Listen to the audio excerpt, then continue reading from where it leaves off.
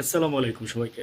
গতকালকে গাজীপুরে আপনার চান্দুরিয়ায় এলাকায় যে চাঁদা মানে মেরে ফেলার ঘটনা ঘটছে, চাঁদাবাজি প্রেক্ষিতে বলা হয়েছে। আসলে ঘটনাটা এরকম না। ঘটনাটা হচ্ছে আপনার হানি ট্র্যাপ দিয়ে বাদশা নামে এক লোককে আপনার একটা চক্র ছিল।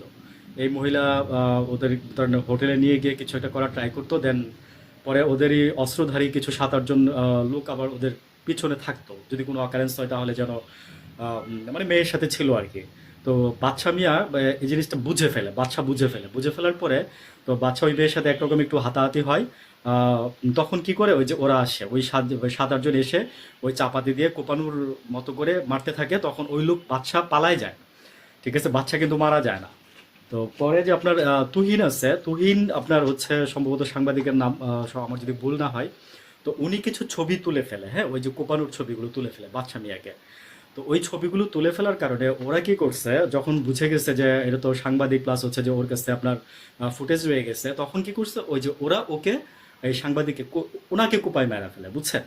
তো এই হচ্ছে মূল ঘটনা। কিন্তু আমার কথা হচ্ছে যে এই ঘটনাটা তাহলে এইভাবে কারা ছড়াইলো। তো এনসিপি আমি শুনছি যে কালকে ওরা মানে বিবৃতি দিচ্ছে এবং নিউজ প্রেজেন্ট করছে।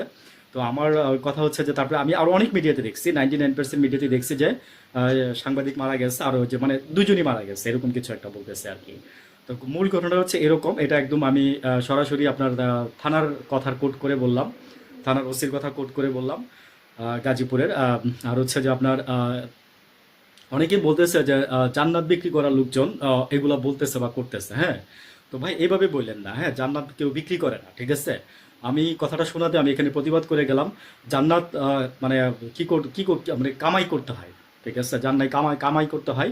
তো আমি এখানে ব্যক্তির নাম বললাম না, একটা নিউজ প্রেজেন্টেটর এই কথাটা বলছে।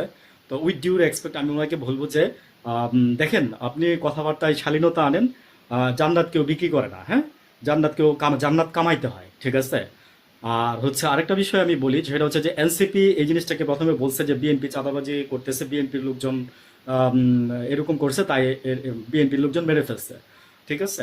তো আমার কথা হচ্ছে কি জানেন, যে একটা দিন ওয়েট করবেন সংবাদ প্রেজেন্টেশন করার জন্য, একটা দিন ওয়েট করবেন বিশ্লেষণ করার জন্য, একটা দিন ওয়েট করুন, বুঝবেন, নিজের মেধা খরচ করে তারপরে করবেন।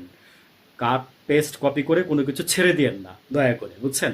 বাংলাদেশের মানুষ এমনি অসহায় আপনাদের কাছে। ভালো থাকবেন, আসসালামু আলাইকুম।